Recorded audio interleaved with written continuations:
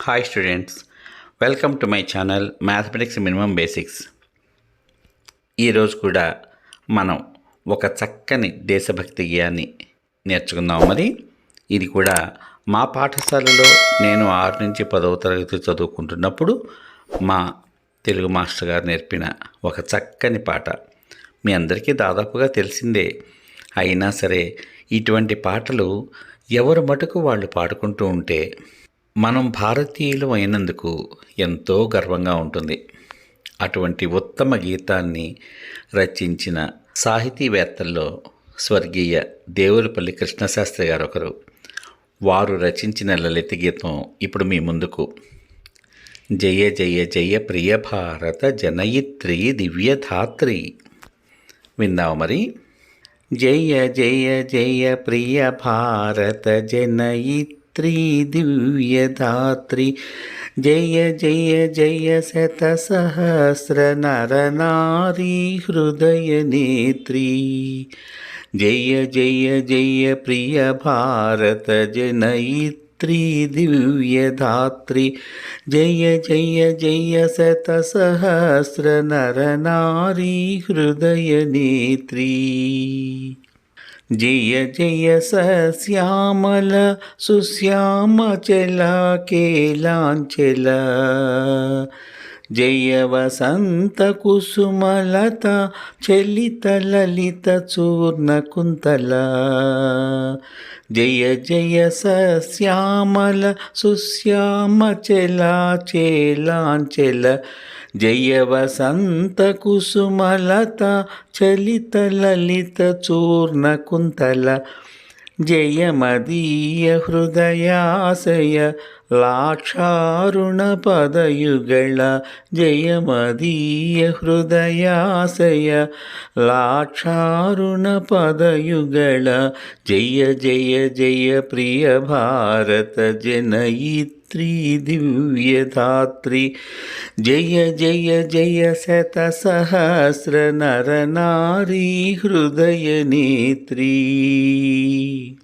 జయ దిశాంతగత శకుంత దివ్యగాన పరితోషణ, జయ గాయక వైతాళిక గళ విశాల పద విహరణ, జయ దిశాంతగత శకుంత దివ్యగాన పరితోషణ, జయ గాయక వైతాళిక గళ విశాల పద విహరణ, జయ మదీయ మధుర గేయ చుంబిత సుందర చరణ,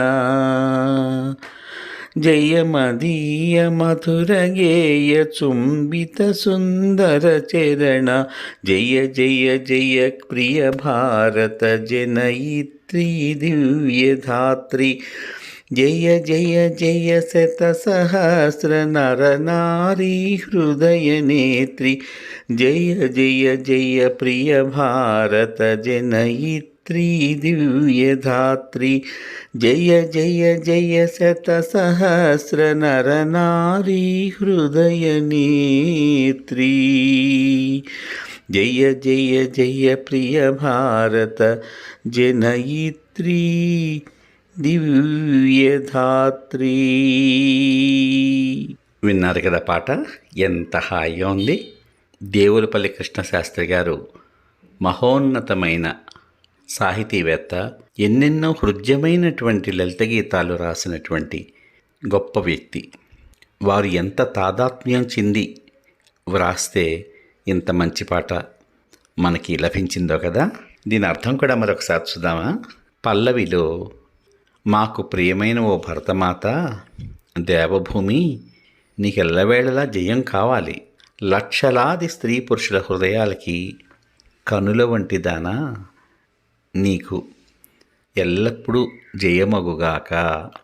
అది మొదటి పల్లవికి అర్థం. ఇక మొదటి చరణానికి వస్తే, శ్యామల వర్ణం గల ఓ భరతమాత, కదులుతున్నటువంటి ముదురాకు పచ్చ చెంగు గలదానా, నీకెల్లప్పుడూ శుభం కలగాలి. అదేవిధంగా వసంతకాలంలో పూలు ఎంతగానో విరబూస్తాయి. అటువంటి విరబూసిన పూలని మాలలుగా చేసి తలలో పెట్టుకున్న నీ అందమైన తల వెంట్రుకలు గలదానా, నీకెల్లప్పుడూ జయమగుగాక, నీకెల్లప్పుడూ జయం కలగాలి. నా మనసులో ఉన్నటువంటి కోరికలన్నిటినీ కూడా పారాణిగా అలంకరించబడిన పాదాలు గల ఓ భారతమాత, నీకు సర్వవేళలా జయమగుగాక అంటున్నారు రచయిత ఇక్కడ. ఇది మొదటి చరణానికి అర్థం. ఇక రెండో చరణానికి అర్థం ఎంతో చూద్దాం. అనంత ఆకాశంలోకి దిగంతాలకి అంటే అనంత ఆకాశంలోకి వెళ్ళిపోయిన పక్షుల అమరగానంతో తృప్తి పొందిన ఓ భారతమాత, నీకెప్పుడు జయమగుగాక. అలాగే గాయకులు కవుల కంఠాల్లో వెలువడే పాటల్లో అంటే గాయకులు కవులు వాళ్ళు రాసినటువంటి పాటలు పాడుకుంటున్నప్పుడు ఆ పాటలలో విహరించే ఓ భరతమాత, నీకెల్లప్పుడూ జయం కలుగుగాక. నా మధురమైన గానంతో నీ పవిత్ర పాదాలకు నమస్కరించుకునేటువంటి అందమైన చరణాలు అంటే పాదపద్మాలు కలిగిన ఓ భారతమాత, నీకు ఎల్లప్పుడూ జయమగుగాక అంటున్నారు రచయిత.